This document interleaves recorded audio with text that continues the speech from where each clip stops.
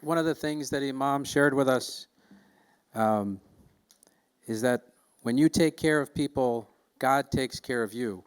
So I wanted to take a moment to recognize all our men and women in uniform who are here with us today and around the world. If we could please have a round of applause for them.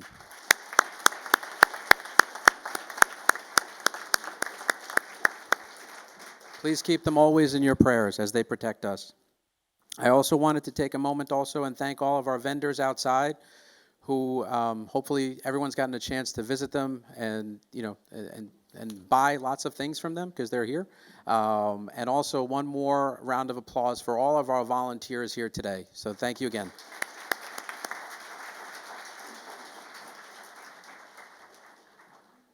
So next on the agenda, we had our Leadership Award that we are presenting to Dr. Sharif Al-Nahal. Dr. Sharif Al-Nahal served as the 21st Commissioner of the New Jersey Department of Health, and he was the first Muslim to hold any position in New Jersey State Cabinet. He's currently the President and CEO of University Hospital in Newark, and unfortunately, Dr. Al-Nahal could not be with us here today. And so we have this award that we are presenting to him, which we will get to him. So one round of applause for Dr. Sharif Al-Nahal.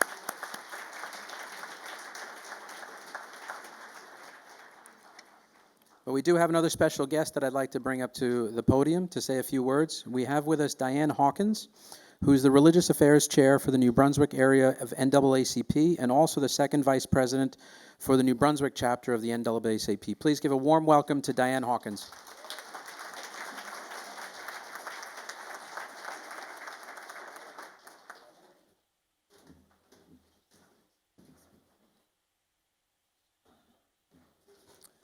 Good afternoon. Assalamu alaikum. I bring you greetings from the New Jersey State NAACP, where I serve as the Religious Affairs Chair. I serve in the New Brunswick area branch of the NAACP as the second Vice President and also the Housing Chair. I come before you today. I was listening to Dr. Al-Qaswani. I was listening to him, and we are connected. We are so connected in the spirit because it's what I live. I live the words that he spoke. It is my heartbeat. While I am a practicing Christian, I believe in the interfaith community, the oneness of God, the Spirit of God, knowing that he created us in his image to be in his likeness. And so, yes, we are all one, and yet we are different.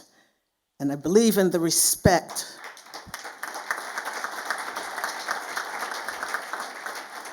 of one another, because I see him as the most high sovereign God of the universe. He is the giver and sustainer of all life. It is by his Spirit that we move, breathe, and have our being.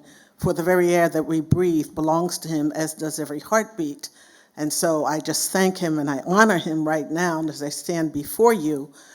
But the purpose of my coming here today is to embrace all of us, that we may come together.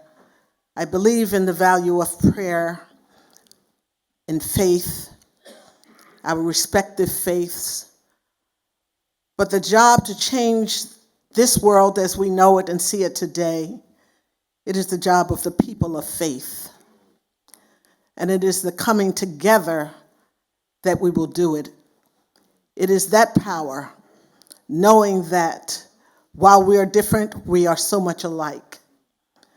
Understanding that it is by his Spirit and his Spirit alone that lives, moves, and breathes within us and outside of us, that we can change the fabric of the society in which we live. Yes, I believe in peace, but there are the peacemakers and there are those who do not understand peace. We are those who respect and enjoy and love one another, irrespective of our differences, but there are those who do not. No, I don't believe that we need to go to war because the war is in our minds. And it is the intellect and the Spirit of God and the wisdom of God, the universe that lives and breathes through us, collectively and collaboratively, that we can change what we see today. The NAACP was an organism that was founded 111 years ago by a small group of people, white, black, and Jews. About 7 of them started the NAACP simply because they were tired of what we see today. They were tired of injustice, the racism, the hatred, and they knew that something needed to be done.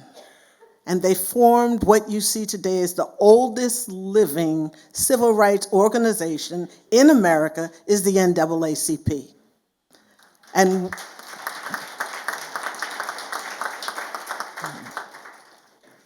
And our mission is justice, to eradicate this land of racism, injustice, the hatred, and it is by the power of God's divine Spirit at work in and through us that it shall be done. It doesn't just happen. There's a passage in Scripture that says, faith without works is dead.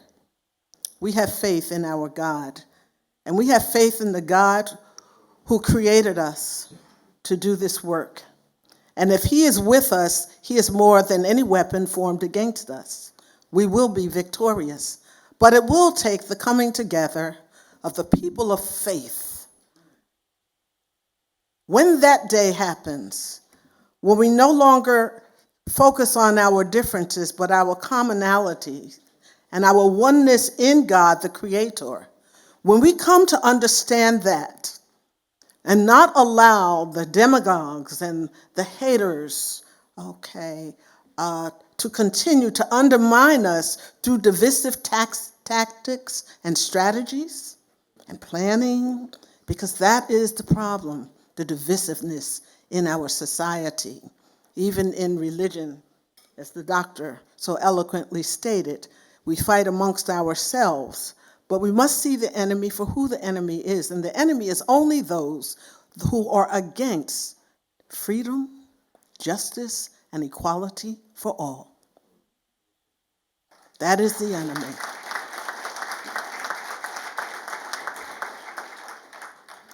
So I encourage you to not take lightly the right to vote. There's power in voting. Voting this year is critical. How we vote is critical. 435 seats in the House of Representatives will be determined by our vote. There are 33 of 100 United States Senate seats up this year. Our vote will determine who sits in those seats. It will also determine the planning, the strategies that continue, the hatred, the divisiveness. It will determine many things for all of us and our families. We have a responsibility, not only to just ourselves, but our families and our future, the future of our children. We must be educated, engaged, and willing to collaborate with one another, talk across the lines, be aware, have insight, discernment, understanding who's speaking, what is speaking, and what is actually being said. Open the ears of our understanding that we may hear God's truths. So I encourage you again, let's come together. Let's begin to collaborate in all sorts of ventures and events, initiatives that will help to educate all of us regarding one another. And let's begin, and I don't mind using the word fight, because there's a righteous fight that is necessary today. And it is in the mind. It's the mind. It is the mind. It's the intellect. We must be intelligent about every decision that we make going forward.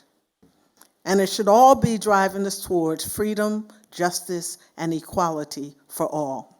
God bless you. May peace be upon you. Thank you.